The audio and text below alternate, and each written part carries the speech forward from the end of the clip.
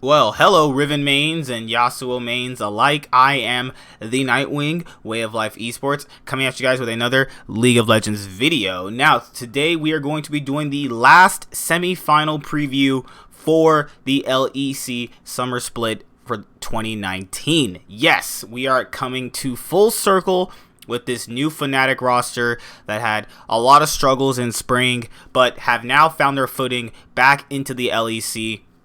Last split, they were so close to getting their awaited match against G2. We were finally treated to a matchup between G2 and Fnatic in the previous semifinal round. With that being said, Fnatic had gotten reverse swept and they completely mentally boomed after game 3 ended, how close it was. And the issue coming in with Fnatic in this game is, can they take down Schalke? Because last time Fnatic were pretty much the guaranteed favorites to take out Origin, but then they didn't. They actually stumbled in every single direction against Origin. Origin had either figured Fnatic out, or it was basically another Origin just played better, obviously, on that day. And right now, G2 is currently in the finals, awaiting the winner of Schalke versus Fnatic. So let's talk about the matchup, obviously. So let's talk about Schalke, as Schalke are probably most likely going to be the underdogs going into the match, obviously. Upset has been performing at a all-pro LEC level. I've even had him as my favorite ADC, during pretty much the entire year. I think he's actually been a lot better than Reckless at a lot of points during the whole entire year. I know Reckless has a little bit more of those flashier, higher highs than Upset, but even this split, you can clearly tell that Upset was the man to watch in the bot lane for Schalke, and getting Schalke inevitably to the playoffs, as they couldn't even get to the playoffs last split because of the synergy issues between Abadage and Memento. With that being said, you factor in that going into the match, Schalke is more of the team that likes to stick to a game plan. They like to be prepped for a game. The same thing with Fnatic, other than the fact that Fnatic will, at will turn their game plan into something else. I've noticed that when you see Schalke executing a game plan, it's more or less, to the book, very standard. Pretty much they contest for objectives. They're gonna in draft pick a few early game champs and then pick the rest for scaling with a safe early game consistent jungler. A Sejuani, a Gragas, or Silas jungle would suit Trick very well. He's had some pretty good performances on the Silas jungle actually as well. You look at the rest of the Schalke squad, Ignar's been playing really well himself. I think that Ignar and Upset were absolutely incredible for Schalke.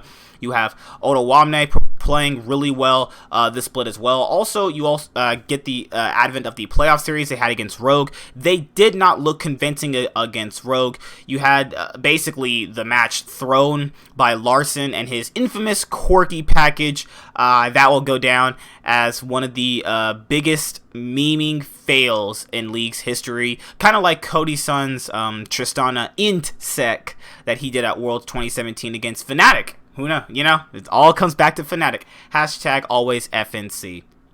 So I feel like Schalke, in order for them to actually get any type of wins against Fnatic, because Fnatic are probably not going to prepare as hard for them as they would have preparing for G2, because they're most likely going to feel like G2 is a stronger team, but I don't feel like that they should be coming in underestimating Schalke. This is a match that a lot of people would go Fnatic win easily, but they don't really win this easily. Schalke have a lot of competent players. It's all about whether or not they can actually perform to that competency and also perform at that level that we know those players can.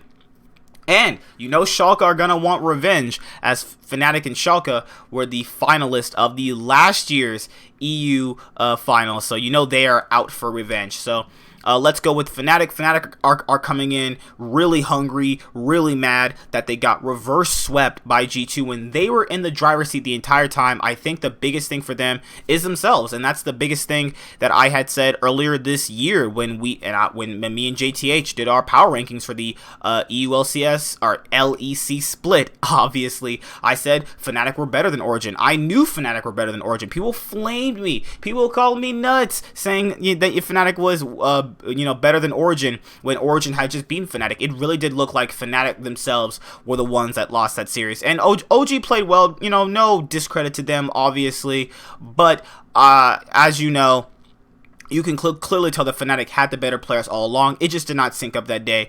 And this time around, I do feel like they have the stronger opposition, and I feel like that they can mentally bounce back from their loss against G2. I really do feel like that the strongest points in the game are actually going to be Nemesis and Reckless for them. I feel like that Reckless, Nemesis, and Bwipo have been just outstanding performing members this split. I feel like that even Hylissang Hylissang was actually my all-pro support for LEC. If you guys had watched the video that I had already previously did, I feel like that Hylissang has been performing the best out of all the supports during the split. Broxa has been pretty good, all things considered. He's very hot and cold when it comes to certain playoff matches, so but you can always count on him as a consistent rock in the jungle. And Bwipo, as Bwipo has become a more aggressive top laner with a lot of carry potential, as if he gets Aatrox, he's gonna have a pretty good time carrying his team. And Reckless, he can pretty much play any ADC. A lot of people criticize him for being passive.